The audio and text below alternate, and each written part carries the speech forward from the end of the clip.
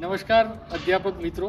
ગુજરાતીનો અધ્યાપક સંઘનું 74મું અધિવેશન એ ગુજરાત કેન્દ્રીય વિશ્વવિદ્યાલયના ગુજરાતી અધ્યયન વિભાગ અને શ્રી ઝવેરચંદ મેઘાણી લોક સાહિત્ય કેન્દ્ર રાજકોટના યજમાન પદે તારીખ 15-16 ફેબ્રુઆરી દરમિયાન યોજાવાનું છે.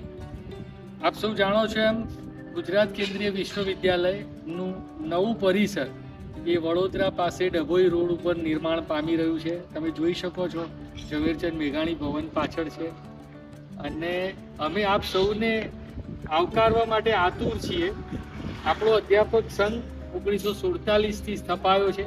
આપણા પૂર્વસૂરીઓ ડોલરરાય માકરથી માંડીને ઉમાશંકર જોશી, સુરેશ જોશીથી માંડીને કેટલા મોટા આપણા વિદ્વાનોની પરંપરા રહી છે આ સંઘ સાથે.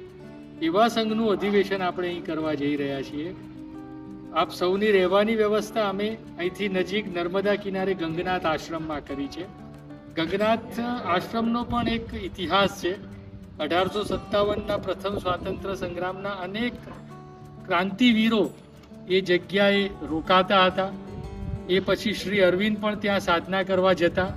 પ્રાકૃતિક પરિસર છે, નર્મદાનો કિનારો છે અને ત્યાં આપ સૌને એવા પ્રાકૃતિક પરિસરમાં ત્યાં રાખવા છે.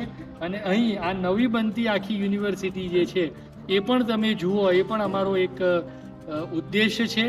અને આપણે સાહિત્યની ચર્ચા કરીએ, અધ્યાપકોના પ્રશ્નોની ચર્ચા કરીએ, આપણું સૌનું અધિક તેજસ્વી થાય એના પ્રયત્નો સાથે મળીને કરીએ. અમારો ગુજરાતી વિભાગ, અમારી યુનિવર્સિટી, સૌ અધ્યાપક મિત્રો, અધ્યાપક સંઘ, એના મંત્રીઓ બધા જ આપને આવકારવા માટે ખૂબ તૈયારી કરી રહ્યા છીએ. તો બને એટલી વધુ સંખ્યામાં તમે સૌ આવો એવું અમારું આપ સૌને નિમંત્રણ છે.